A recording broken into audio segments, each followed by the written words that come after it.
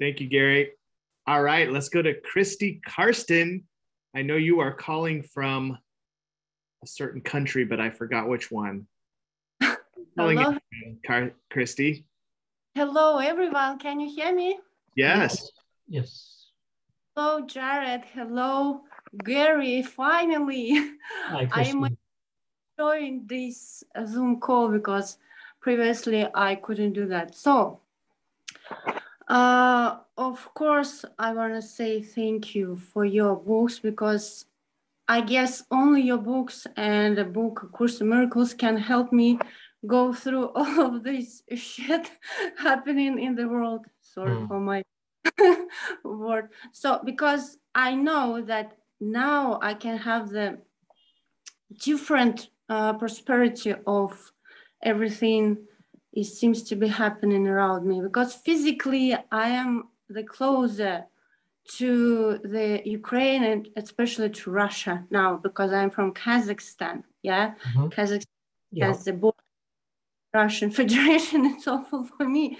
So I just wanna share my thoughts, my experience of a plan of true forgiveness with you, Gary, and to hear your opinion about that. Okay.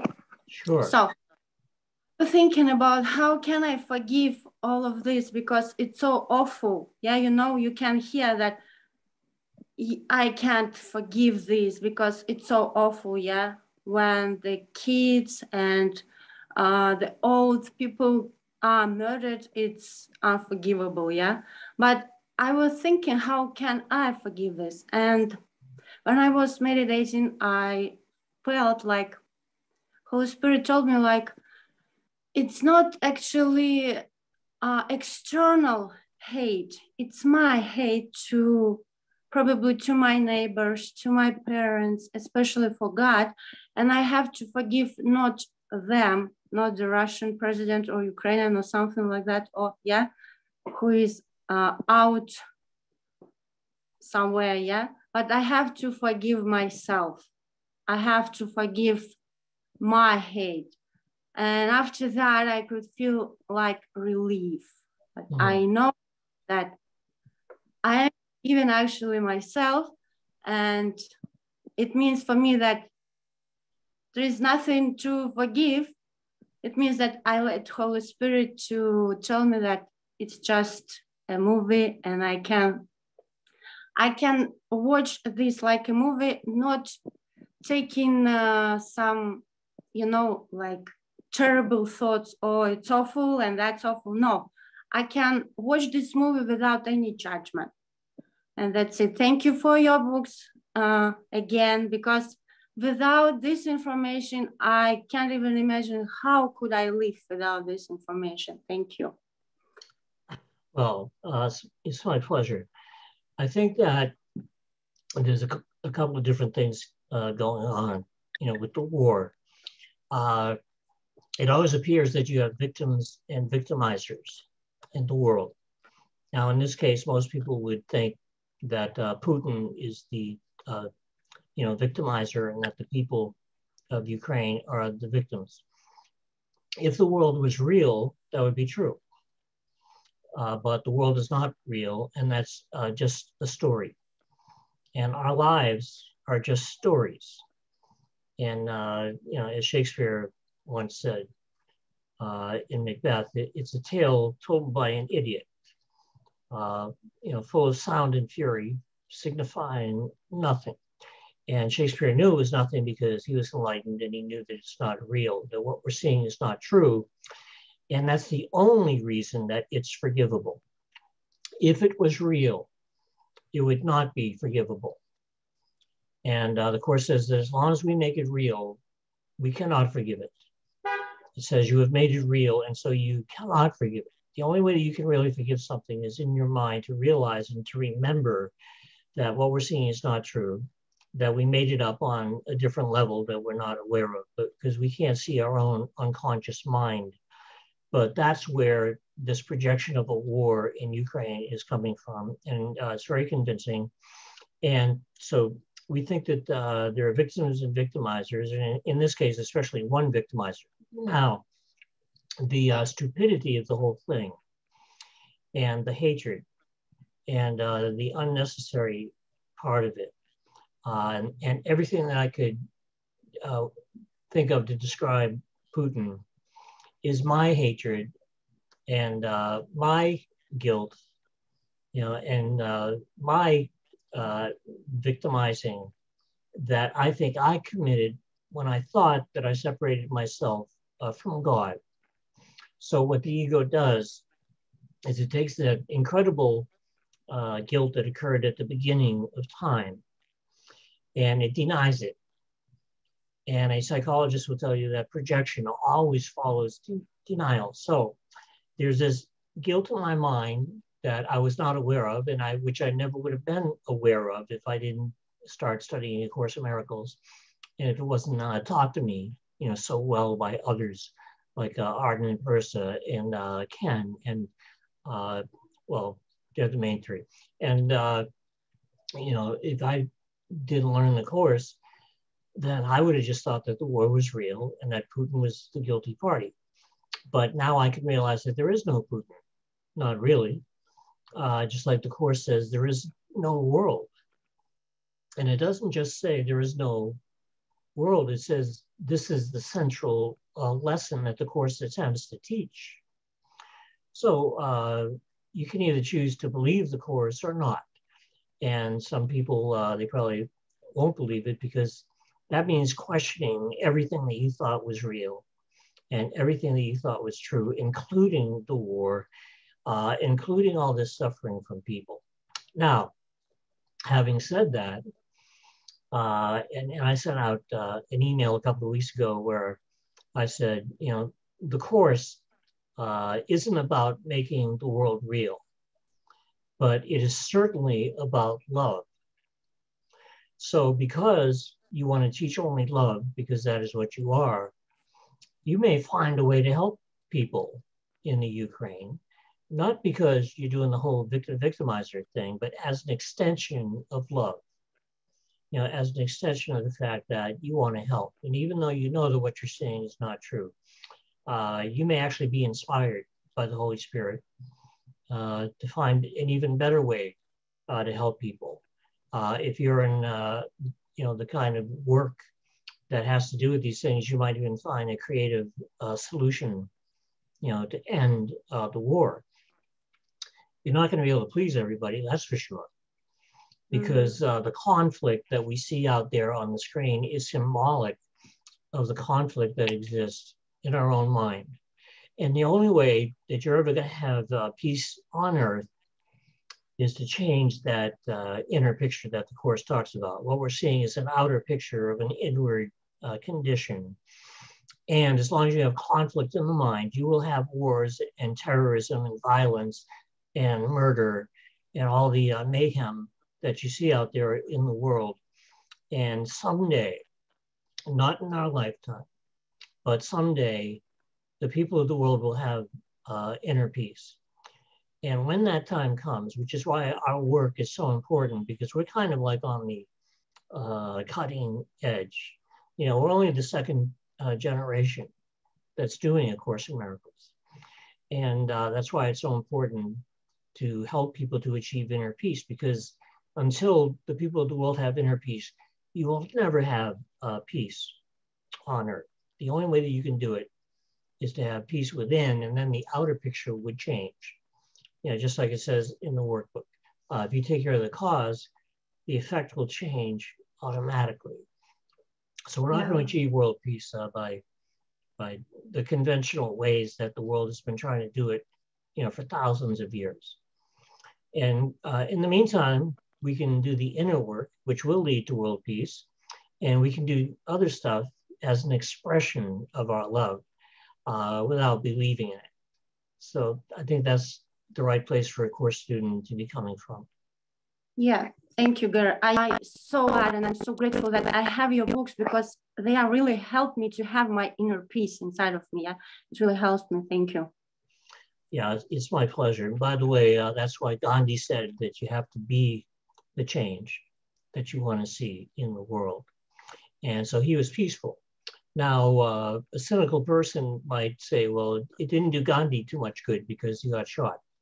But don't forget, I think he was like 81 or something. So it's not like he didn't have a long life, and he had a peaceful life.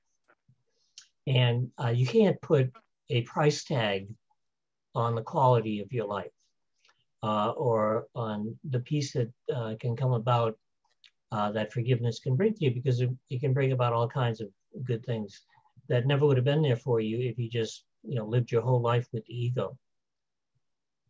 Yeah, you can have completely different experience. Yeah, you cannot have inner peace without, you cannot have external peace without having inner peace. Yeah. That's right. That's why the Course says, seek not to change the world, seek rather to change your mind about the world, because then you're dealing with the cause instead of the effect. Now, that doesn't mean that you can't be normal and deal with the cause too. As I said, everybody's going to do something. But if you're going to do something, try to do it with the Holy Spirit and to do it with the Holy Spirit's love, because that's what you really are. Really, thank you. Touch my heart. Thank you. My pleasure. Great to see you, Christy. Yes. Thank you. Thank you. Yeah, give my regards to Kazakhstan. Yeah, Kazakhstan, it's close to the Russian Federation. It's close to if you know the Uzbekistan, Turkmenistan, it's Asia. Mm-hmm. Asia. Yeah. Yeah, so, that's one of the places I haven't been to, but you never know. We'll see. I hope you could be there. Yeah, you never know. I did a workshop in Tanzania. So, no, Tasmania. That's where the Tasmanian devil lives. Yeah. And I did a workshop there. So, Jared, thank you for this opportunity. I'm really grateful. Thank you, Gary. Thank you, Jared. Thank you, everyone. You're so welcome. All right, let's go to our next guest, Catalina Cornejo. Where are you calling in from? Hi, can you hear me? Yes. Mm-hmm. I'm calling from Colombia. But we can hear you. I'm having issues with my camera, so. Oh, okay, no problem. But if you can hear me, everything's good. Yes, from Colombia. Welcome. Yes. So hi, Garrett. Hi, Gary. Hello. It's so nice to finally be able to speak to you both and everyone.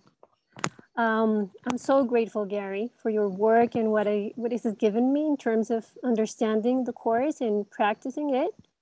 I do have a question. I wrote it down, otherwise I would forget it. And it's the following. Gary, do you have any advice on how not to give up on this path? I've been a student of the Course for about 12 years now, and I can say that I've experienced some visible results from this forgiveness practice. They've been minor things, but still convincing enough to encourage me to continue with the Course. However, I've been dealing with a difficult situation for the past 5 years that doesn't seem to get better. In fact, it has become worse as time passes. And I'm at a point where I'm questioning if this forgiveness path is really what I should be doing. It's kind of hard in a sense to disregard it, because after understanding what the Course teaches, I can no longer believe or follow any other teaching that doesn't stick to the Course. Mm-hmm. But at the same time, I've been experiencing so much frustration, anger, hate at this long-lasting situation that it's also difficult to believe and have faith that forgiveness is actually working or will work. I know it doesn't always show visible results in the world, and I can't accept that. It's rather this feeling of desperation in my mind and just experiencing how it lingers and expands as the situation goes on, what really has me doubting about the effectiveness of forgiveness. I've read in your books that you've dealt with the sort of slow burning situations, and I'm just wondering how you managed to overcome that impulse to give up if you felt it, or how you sustained your faith and believed that practicing forgiveness at the time was something that eventually would transform your mind and free you from conflict. If you have any advice on that, I would greatly appreciate it. Could you repeat that? I'm Gladly. just joking. You don't have to repeat that. Okay, so there's like two levels, right? There's, what happens to you in the world, including all that stuff you're talking about that's been going on for 5 years. Mm-hmm. That's the ego script. And that's what happens. Okay, the Course isn't about that. The Course is about how you're looking at what happens. So you can become great at looking at it with the Holy Spirit, and that will change how you feel about it. You can get to the point where it doesn't affect you, just like the Course says about forgiveness. It says that it denies the ability of anything not of God to affect you. And then it says, this is the proper use of denial. So there's a proper use of denial, and that is to deny the ego and to deny this world and to put your belief with your forgiveness in God and his kingdom. And the more you do that, the more difficult it becomes for these things that happen in the world to affect you. And you can even get to the point where they can't hurt you, that you can be happy and peaceful no matter what, really. And, you know, I'm not saying you're gonna be jumping up and down for joy when something bad happens. I'm just saying that you will know how to look at it with the Holy Spirit, and you will know how to think and be inspired by the Holy Spirit or Jesus, whichever you prefer. You know, it's the same thing. You know, they're not in competition with each other. I talk to Jesus in my mind because I just always did. Even when I was a kid, I thought he was my friend. I don't know why I thought that, but I found out later why I thought he was my friend, and it was because he was my friend. Mm-hmm. And yeah, so I've always had my big brother. You know, the Course describes, well, he describes himself in the Course as an elder brother, and I've always had my big brother to look to for help in my mind, and you know, that's very helpful. But you know, the kinds of questions that we all have, you know, of course we want our lives to get better, and at the same time, the happy dream is not dependent on circumstances. It's not dependent on our life getting better. The happy dream is there regardless of what happens, no matter what happens. And that's what we should be training our mind to do. Because who knows what the hell is going to happen? I mean, you know, there could be a nuclear war. That could still happen. You know, and that's not going to make anybody happy. It's just going to kill most of us. And at the same time, what if you're one of the ones that is left alive? You know, I mean, you probably wouldn't want to be alive if you survived the nuclear war. But what if you did? Well, would you forgive? I mean, that would be like the ultimate, probably, forgiveness opportunity. But at the same time, that's when you have to remember that the Course is saying, look, it's really true. There is no order of difficulty in miracles, because there's no difference between a nuclear war and you know, having cancer or something, because neither one of them is true. You know, that's the whole point. That's why, in order to learn this Course, it says it's necessary for you to question every value that you've ever had, because we're going to think, well, of course one thing is better than another, and of course one thing is more important, but how can they be more important if neither one is true? You know, so I had to question every value I ever had. I figured, look, if I'm not a body, well, then I'm not an American. You know, I know it doesn't sound very patriotic, but how can I be an American if I'm not a body? You know, how can I be of a certain political party if I'm not a body? You know, how can I be any of the things that I thought I was if I'm not a body? So, you know, you got to look and you got to say, you know, the Course is serious about this.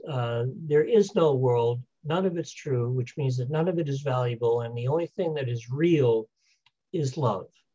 And all the rest is BS. Awesome, Gary. Thank you very much. Thank you. I hope that helps some. It does. Great question, Catalina. Thank you for being so candid and honest and prepared. Great question. All right, let's go to Jennifer Ramsey Nolan.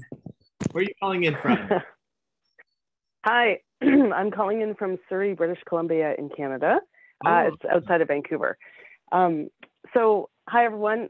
Thanks, Gary, for being here and for all your books and amazing work, like everyone says. And thanks, Jared, and thanks, everyone.